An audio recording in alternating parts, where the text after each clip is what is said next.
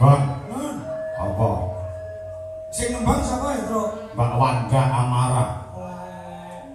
Semune nembangnya rada telat-telat. Pancen ora tau disogok. Ora tau sogok ngeri-ngeri. Ngopo ya ndak Pak malah barangnya ngopo? Kok ora bareng mancane? Niku lho Pak, lah kare Pak Dodo dikeri-keri ngoten niku. Wah. Pak Dodo nakal. Ayo Dodo lucu. Iki sing sinden nem sing perawan yo mengarep sitok iki yo kok. Heeh. Mengarep sitok iki sing jek Mening. ya. Wanda Amara saka Jogorogo Ngawi. Wis lulus kuliahmu, Nduk? Ya. Alhamdulillah sampun, Pak. Nah. Tahun piro lulusmu? April nek wingi. Lho. Nek lu jek tas. Pripun? Jek tas. Cek tas sih, Dun. Lagi bae. Oh, alat nggih, nembe mawon. Wisudane April, Pak. Wis ben April tahun 2020 iki ya. Nggih. Iki bacane S2 apa mandek sithik? Kadang riyen, Pak. Oh mandek sik. Lumpuk-lumpuk duit ngosok nggih daftar S2 ya. Amin, pestune, Pak. Oh, pangestu banyu milih kanggo kowe itu. Banyu milih ate mau milih kertas nanti ya. Ya. Sing tapak, sing kendel, sing tangguh, sing tanggep itu. Nggih, Pak. Nah, rasa wedi karo Pak Dodo dosen. Ajeng Pak kula, Pak. Lah apa nek wedi karo Pak dosen iki ambiyen mulang kowe to? Nggih. Lah iya kok wedi ngopo? Nggih, medeni kok, Pak. Loh, Pak Dodo dosen sing ngendang kuwi pengasih dan penyayang. Oh, ngoten. Heeh. Oh. Jadi nek cawe ayu nu disayangi. Cawe ayu dikasihi. Ya, iya, mangga.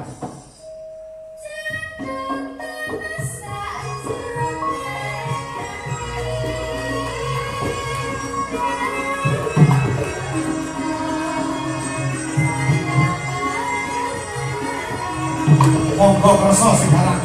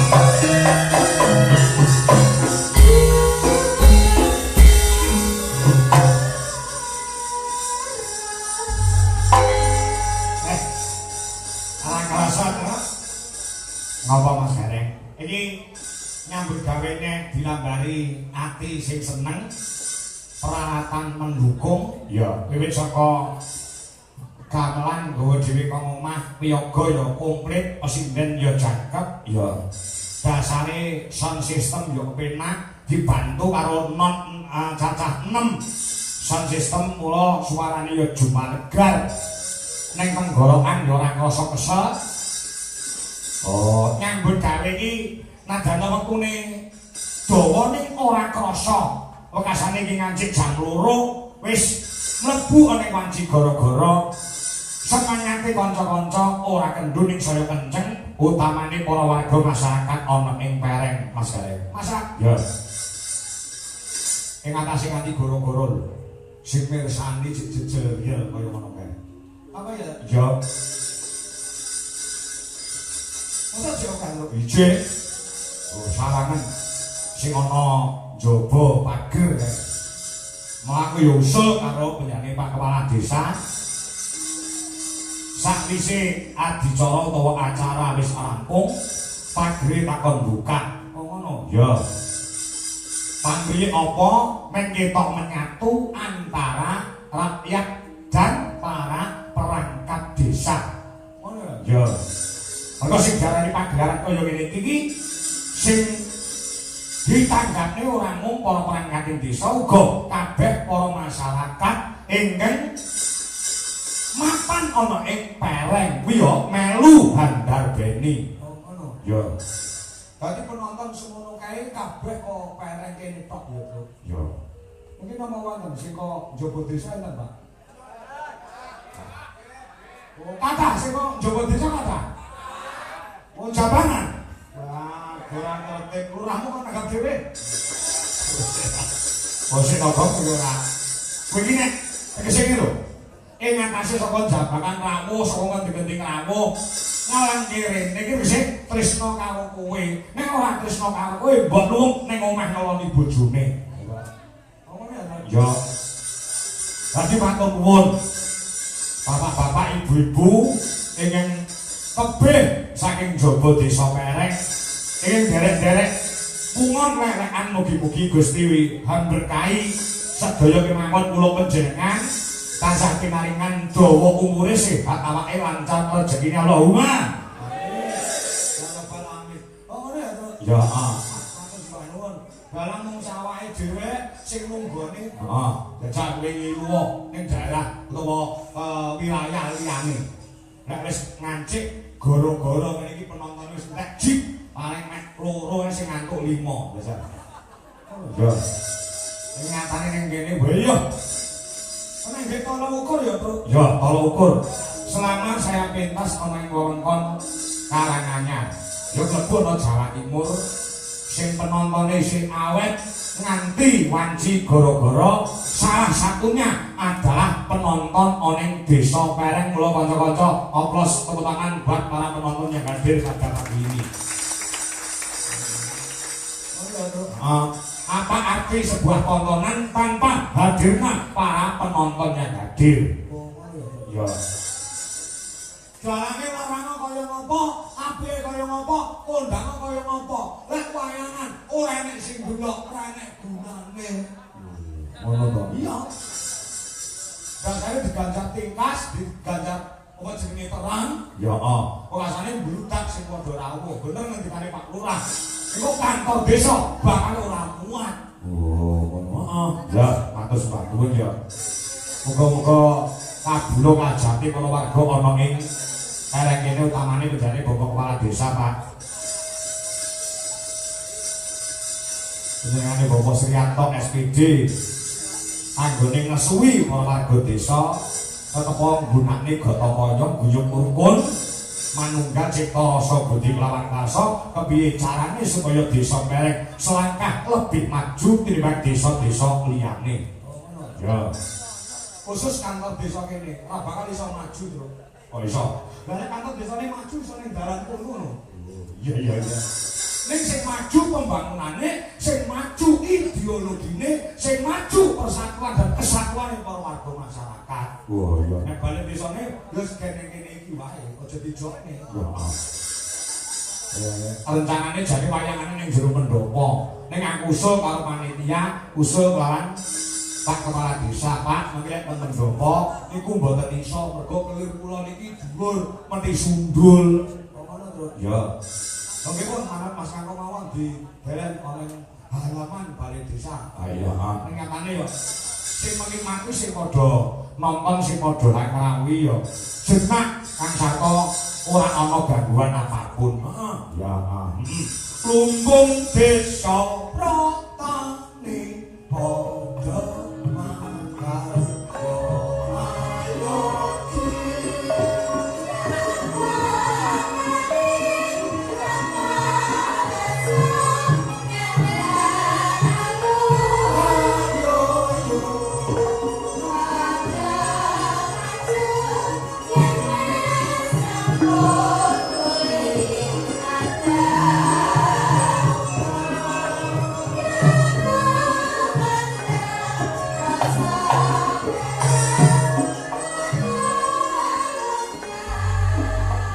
gampangnya sih seru Mas.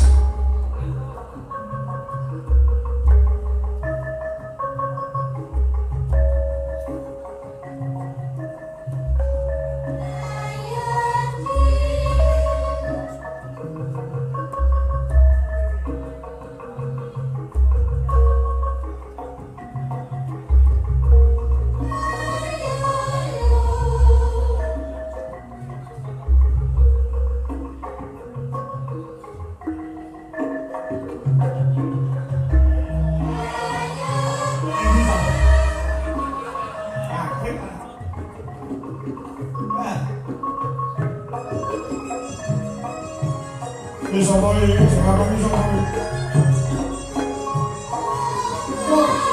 Bisa.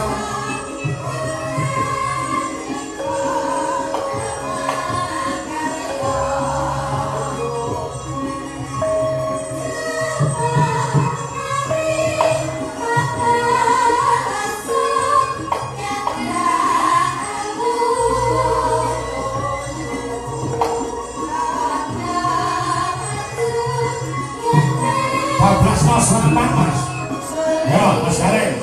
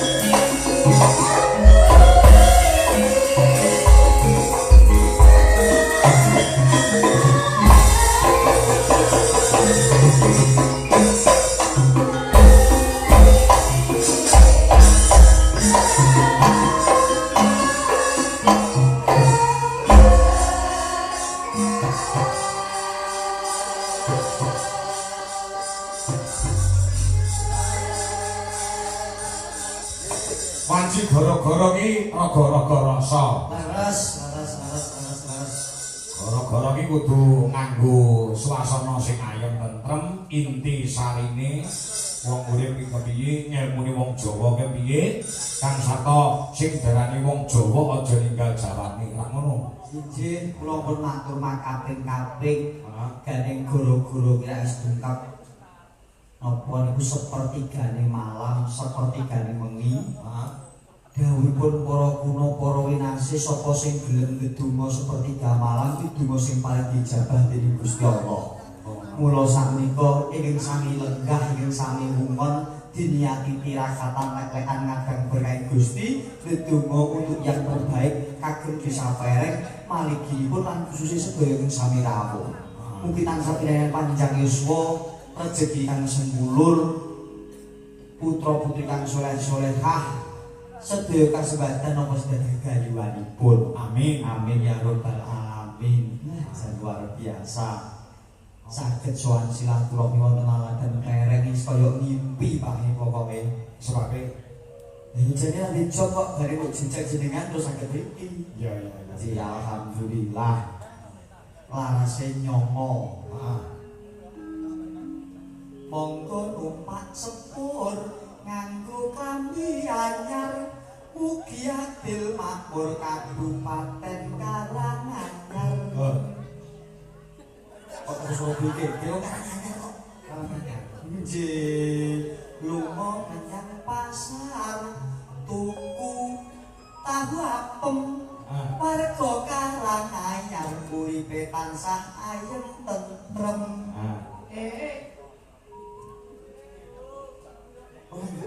Ora aku ya. Yes, muga-muga lumantar donga dijabah Gusti Kang Maha Kuwasa tundhanipun lumeber sedaya para warga tansah manggya bagya mulya. Amin arwahna amin. Ya, ngetokno ilmu apa? Ilmune wong Jawa iku kudu piye? Wong Jawa kudu jalani, wong Jawa ki nganggo petung-petung sing kliti. Nggih, Mas. Ada Mergo wong Jawa niku sak pola, sak pecak, sak tindak, sak ucap kabeh dipitung, ora angger-angger muni, ora angger-angger ngucap, ora angger-angger jumangkat. Tundhone tuladhane nek wong Jawa kae upama kok arep nandur. arep nganggur pari pamane. Nggih niku dipitung, Nganggo petung. nganggo pitung. Petunge apa? Srikitri Gana Pokah. Artine srikiti gono pokah. Nek tiba Sri, contone misalnya mau dinane Setu Kliwon. Setu kuwi 9, Kliwon kuwi 8, tibane 17, mula diitung Srikiti Gana Pokah, Srikitri Gana Pokah, Srikitri Gana Pokah, Srikitri Gana Pokah, Sri pas apik nggo nandur. Oh, sriki dewane mangan ya. Mula nek dienggo nandur ning Tegasalah kuwi apik besok tuwuh ngrembuyung dadine akeh.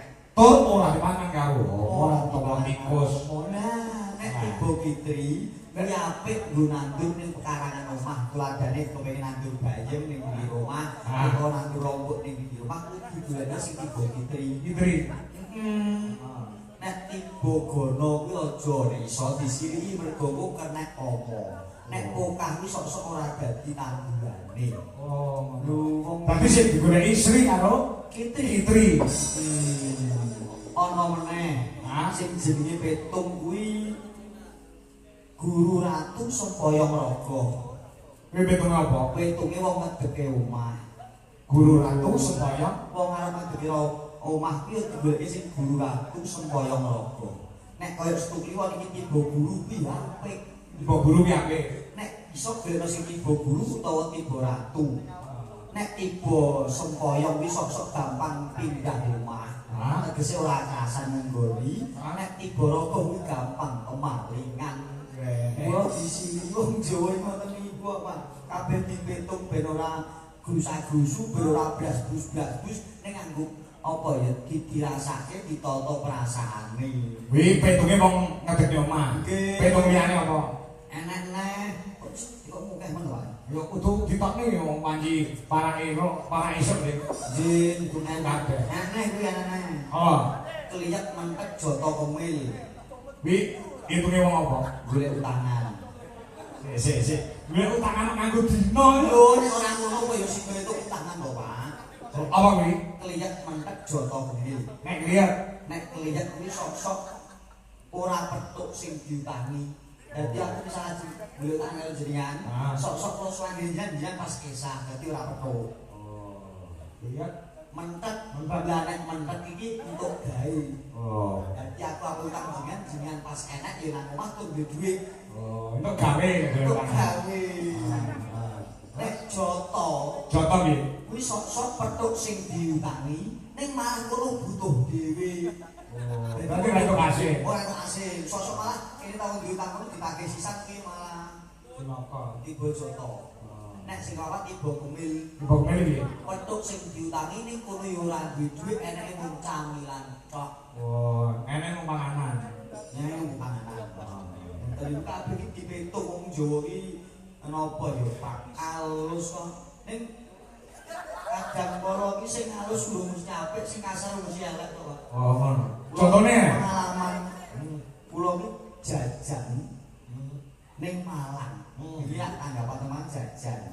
Mampir ning toko soto ngono, makan soto, lawuh tempe tahu, terus ndok apa kae jenenge jok sumbulan kae. Ada koyo. Karo kerupuk. Kok tangkat bagule. Bu pinten? Apa Mas? Balak udah Oh iya, Mang. Mau ngono. Apa rek? Apa rek? Terus soto Bu, tempe tahu, telur puyuh kali kerupuk. Ya, kabeh selawe Mas.